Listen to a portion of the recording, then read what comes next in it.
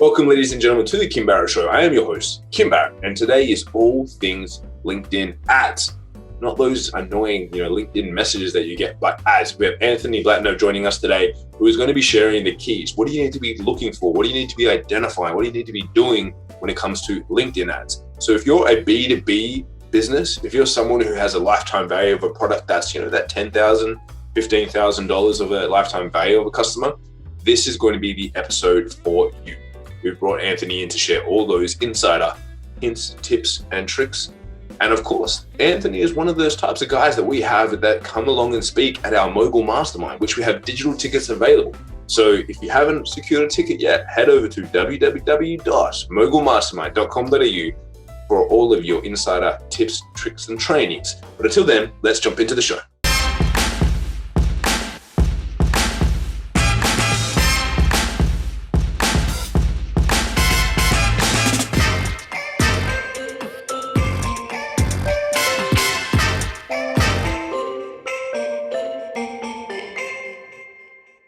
Anthony, thank you so much for joining us. Appreciate you making the time.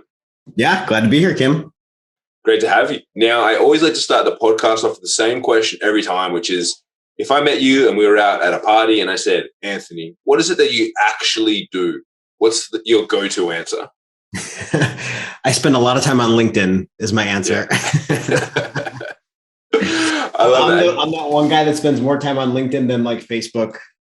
So why did you choose LinkedIn? Because as you mentioned, obviously there's Facebook, there's been plenty of other social media platforms out there. Like, what was it specifically about LinkedIn that really attracted you? Yeah. So if you asked me like 5 years ago, I probably wouldn't have never expected to be focusing on LinkedIn so much. I come into the marketing world from the software space where my background is more tech and software related. I knew I wanted to get more into the marketing world. And as I got into the marketing world, I played around with a lot of different platforms, did the Google, the Facebook, all the different platforms out there. And I think with my background being software and tech, that's largely where I started working, and just found over and over again that LinkedIn was the best performer for tech companies and more like the enterprise tech, B2B tech kind of space. And, had done marketing on a lot of different platforms, but always found that LinkedIn was like the standout performer for those types of companies. 100%. And I think that's a very good distinguishing factor there, because a lot of people go, oh, someone's told me about Facebook ads or Google ads or whatever, and I'll just run ads on those platforms. But it really does come down to, where is your ideal market? Like, where are they hanging out? So the fact that you're like, yeah, cool, they're over on LinkedIn, that's where I'm going to spend my time, is obviously a pretty smart decision to make at the beginning, which is awesome. So yeah. But with LinkedIn, obviously, there's a lot of people that are out there and say that they're LinkedIn marketers, and all they do is teach you how to use little pieces of software, connect with 100 people today, send them outbound messages and whatnot. Is that what you do? Or like, what's your approach for LinkedIn? So there's lots of people out there that do that, and that approach can be effective if done right. Oftentimes when I start telling people what I do, that's what they assume is like, oh, you're that guy who sends all those connection requests and all those messages. So I usually like to preface with like, if you've used LinkedIn, you've probably gotten some of those bad ones before. It is possible to do those the right way, but kind of what sets us apart is the LinkedIn ads side of things. And the ads platform, there's lots of companies out there that do lots of different, ads on Facebook and Google, but there's not many people out there that focus, solely on LinkedIn ads. So that's where we've decided to niche into. And kind of as I got into it, seeing that ads on LinkedIn, like I wasn't able to find much, content out there on like, how do I learn how to do LinkedIn ads? What works best there and everything. And I had in the very early days, I had a few clients that were doing really well on LinkedIn, but then I couldn't find much else out there. I'm like, what do I learn? What's best practices? And like kind of figuring it all out for myself. Kind of seeing that like need for somebody to, for that service in the space, like lots of these tech companies need, we're getting the best results on LinkedIn. So I saw the need there and then the opportunity because it just didn't exist. So I decided to focus on LinkedIn ads and just focus on that platform. So a lot of people, they assume that I'm the guy sending connection requests all day. And that can be an effective method if done right, but LinkedIn ads is kind of like our unique space. Nice. I like that. And that's what really interested me. Like when, we were connecting about having on the podcast, is I've spoken to a lot of these organic LinkedIn people. And I've tried it myself, but me, the reason, like, we're obviously, like, I have a Facebook advertising company. That's one of our specialties. And I just love the predictability of paid advertising, whatever platform it is on. Because with the connection request side of things, what happens if you miss these requests? They go out and it's the wrong people. There's what happens if one day you don't get any responses, versus like with paid advertising, it allows you to build in a little bit of that like predictability into the model. So for anyone that's maybe played with Facebook ads before or Google ads, what's LinkedIn ads like from like cost perspective, user interface, things like that?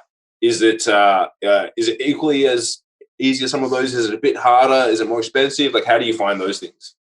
Yeah, so there's a few differences there.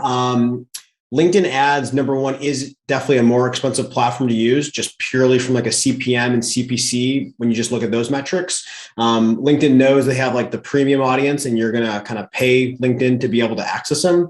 But for the right company, having those targeting options there is what some of these companies need. And for the right type of company, you'll get a good ROI out of it. So the times, LinkedIn, Facebook and Google are awesome platforms for their audiences. Facebook's awesome for a lot of like e-commerce stuff. Facebook's awesome for a lot of different types of audiences, but when you get into the B2B type of targeting, you just find a lot less people put their job title into Facebook or like their company into Facebook. And those people are definitely there. Most people on LinkedIn probably also hang out on Facebook, but it's hard to target them there because they just don't put that information in there. So on LinkedIn, that's the platform we always say is like the first place people update when they get a job or are promoted or start a company. So it's like very up to date with all this information, and it's all like user input where someone's going to type in their own job title. They're going to select the company they work for. And then if you're starting a company, you're going to select your own industry, and then LinkedIn can see how many people work at your company and stuff like that. So it's very up to date, very accurate info. So where the differences kind of lie is, oftentimes we'll see a lot of people who they probably tried Facebook advertising beforehand, and they're like, okay, these are social ads. We'll just take our Facebook campaign and kind of port it over to LinkedIn. But there's a couple of differences just in the way the platform works purely. As you get into LinkedIn, it is kind of Facebook's a very sophisticated ad platform, and it's like, it can do a lot of things. LinkedIn, I always say, is kind of like a couple of years behind Facebook, but we see a lot of people will kind of just take their Facebook campaign and try to just port it over to LinkedIn. But there's a couple of things that you typically want to do differently. And it comes down to typically how you're bidding on your campaigns and then how the algorithm works. So on Facebook, you're usually paying for every impression. And you're also usually relying on the AI algorithm to do a lot of the optimization for you. So on Facebook, best practice is like give it a really big audience and then let the algorithm go find the people that are most likely to convert and like let the algorithm optimize for you. So you kind of give it a big audience and then you let the algorithm do the work for you. But on LinkedIn, you're usually paying for every click. And when you're paying like $8 to $12 a click, you want to try to eliminate as many of those irrelevant clicks as possible. So you want to be very targeted in your targeting so that you don't have these, untargeted clicks that you're going to waste money on people who you don't really want to target. Also, LinkedIn's AI algorithm, when you have those targeting options, you kind of don't need AI to do the work for you. Where, if I can say, I want this one job title in this one industry, I like a specific company size, that's the targeting that I'm going to set. So usually we'll see, when we'll look at accounts, we'll often see they're linked in a very big audience, but that's generally not what you want to do. If your audience is, really big. So on Facebook, they say like, I forget what it is, but it's like over 100,000 or over 1 million is like best practice. On LinkedIn, we actually say under 100,000 is kind of where you want to be. You want to be between about 20,000 to 100,000 people in your audience size. Bigger than that, and you have an opportunity to get more specific in your targeting. Maybe you want to add some skills on top of that to get even more targeted to, who specifically at this company do you want to target, or like who specifically in this job title do you want to target? Maybe you would add skills on top of that. And then under 20,000, then, you're kind of just playing with a small audience there. So it just depends on how much budget you have. So first thing we usually see is people usually give it way too big of an audience. On LinkedIn, you want to be very specific because you don't want to pay for clicks that you don't really want. And then the other thing is also on Facebook, because you're usually paying for every impression. A lot of Facebook creative is like and this is a generalization, but kind of flashy, drawing attention in and drawing the views in and drawing clicks in because you are paying for every impression. So you want to draw your traffic into your ads and into your funnel. And then that also helps the algorithm optimize for you.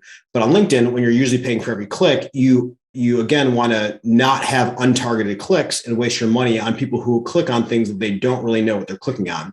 So then when you think about that, it almost is kind of like a search ad when you think about that, because on Google, you're usually paying for every click on Google search. So you want to eliminate any untargeted clicks and be very specific on what it is that you're representing in those search ads. So for the ad creative on LinkedIn, we tend to be very clear and direct on what it is that we're offering and who is it for. We're not too curiosity invoking, and we're, again, just very clear and like, who is this for? What are we offering? Because those are the people that we want to be clicking on it. Yeah, that was going to be one of my questions around the creative side of things. Because as you say, like from a visual aspect on Facebook, it's gotten very much almost like TV-esque, where you've got to grab that attention and draw it in because you are paying for the impressions. So from that perspective, then, like if someone's going through and they're like, and I want to ask some questions on campaign basis as well, but someone that's coming in, they're playing with some creative, they're setting something up. From a creative aspect, is there a rule of thumb of something that works well? So let's just say that I want to target, let's do something general, I want to target mortgage brokers is my goal. So if I've gone through and I've written what I think is some decent copy to invoke curiosity for my service on there, what's a creative that you would have that would attach to that from like an image or a video perspective to try and make sure that you're on point with that? Yeah, so usually we start with image ads because with a video, we do see video, people often click before they know what they're clicking on. So wasting it. Video can also be, you're going to see something flashy. Sometimes you might click on something before you know what it is. So because of that, we often see that video ads actually do worse in a pure conversion rate aspect on LinkedIn. So usually we recommend starting with image ads because somebody can, view an image and instantly digest it. So usually recommend starting with image ads. And then as far as like the creative, it's usually a square image usually does the best. And imagery that represents your target audience or what it is that you're advertising. And then we'll usually put some text over the image so that it's also clear. If somebody just looks at the image and clicks, you want them to still kind of know what they're clicking on and who's it for. So maybe you would say, you'd call out mortgage brokers, and then you'd have a quick call to action of what it is that you're advertising. And then your copy and your headline would also support that. Awesome. And then let's go into then campaign types. So some people might be familiar if they've done on Facebook.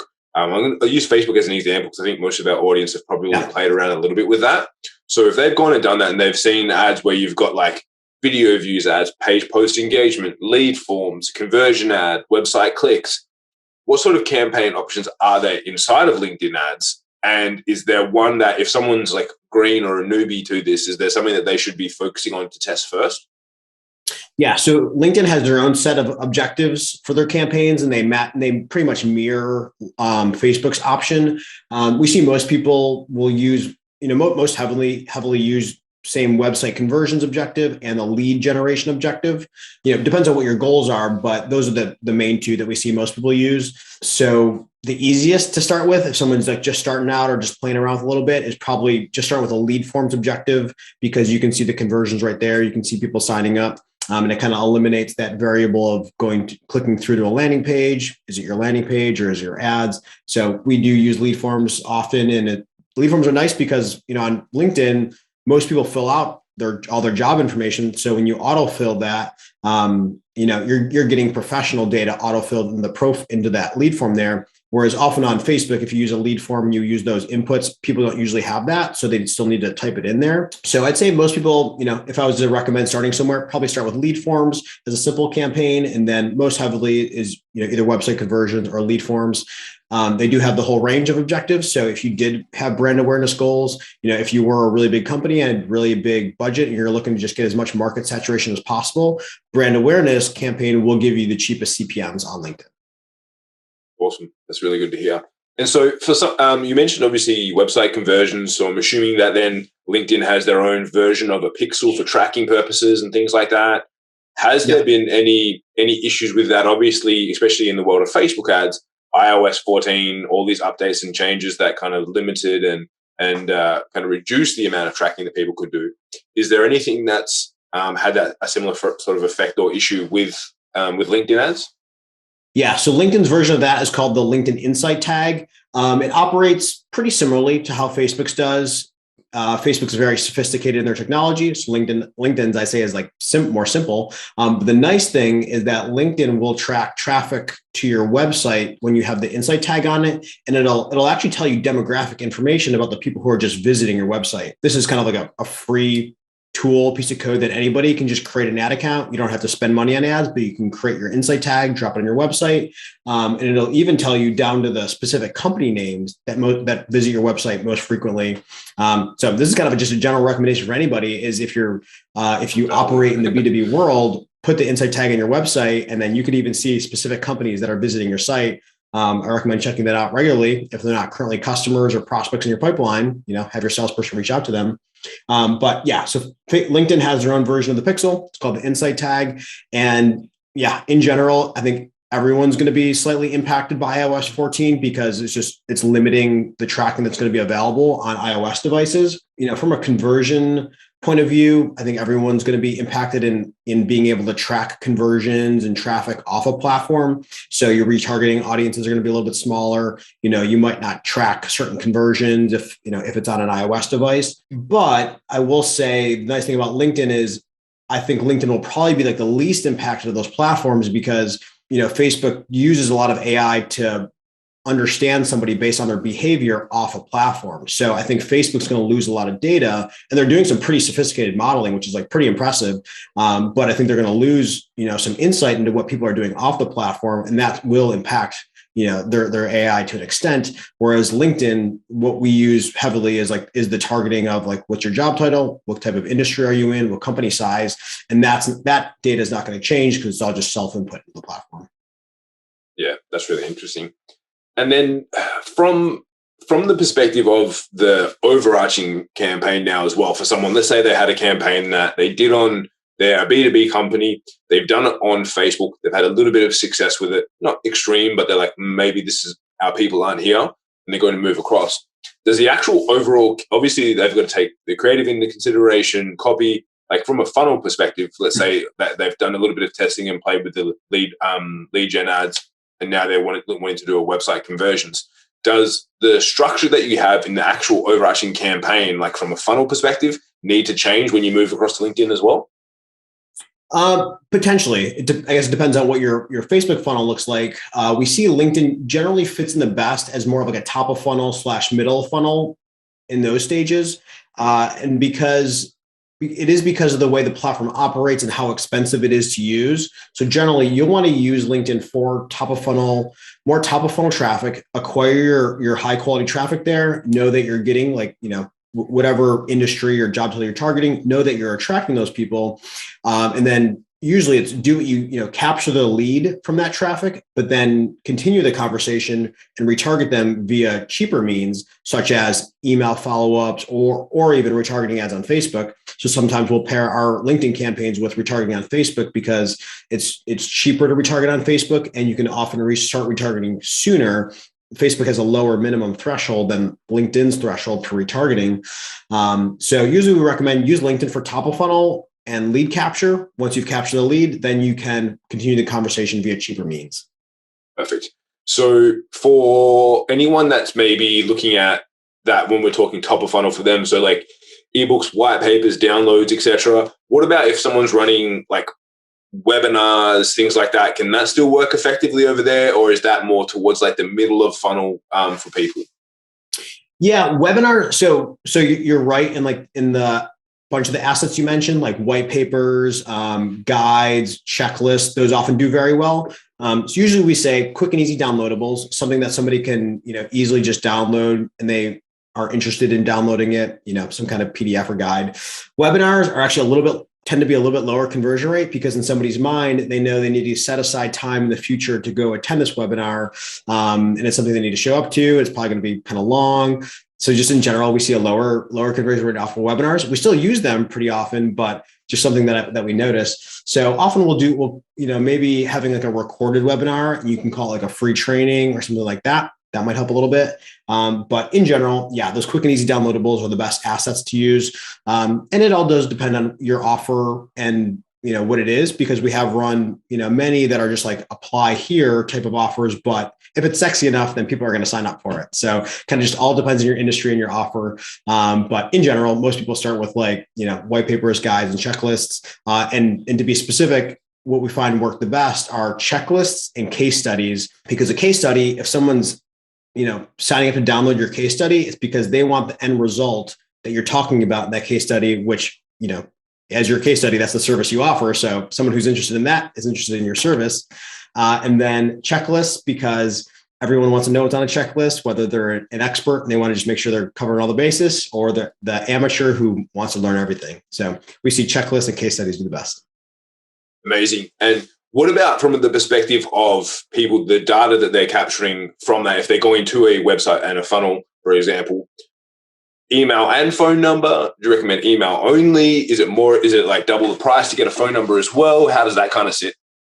Yeah. So usually on LinkedIn, you're paying for every click. So you want to maximize that conversion rate after the click. So to be as efficient as possible, capture the minimum amount of information as possible. So often it's, just email, just capture email in that, lead form or website. And then once you have that lead, they've paid by the time they've clicked to go to that landing page or to open that lead form. So maximize the conversion rate. And then once you have their email, maybe do contact enrichment off it, or maybe use that email for retargeting, or just use that email to email them and say, hey, I saw you download the white paper.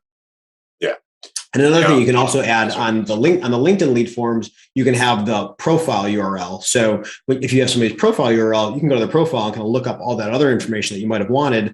And even you can send them a message through LinkedIn. So often we'll see some of the highest response rates. If you're capturing leads on LinkedIn, those people are on LinkedIn. So go back to LinkedIn and send them a message and continue the conversation there. That's awesome. I love that. So being that you're in marketing yourself, how, and only purely out of curiosity, because after this, I think I'm going to jump on and set up some LinkedIn campaigns just to test them out. how, and I always know, like, for example, like I'm on Facebook and I'm advertising Facebook ads, which is super saturated and obviously is like very highly competitive. Marketing on LinkedIn, how successful have you found it? Just for some insider pros and cons, how have you found it on there?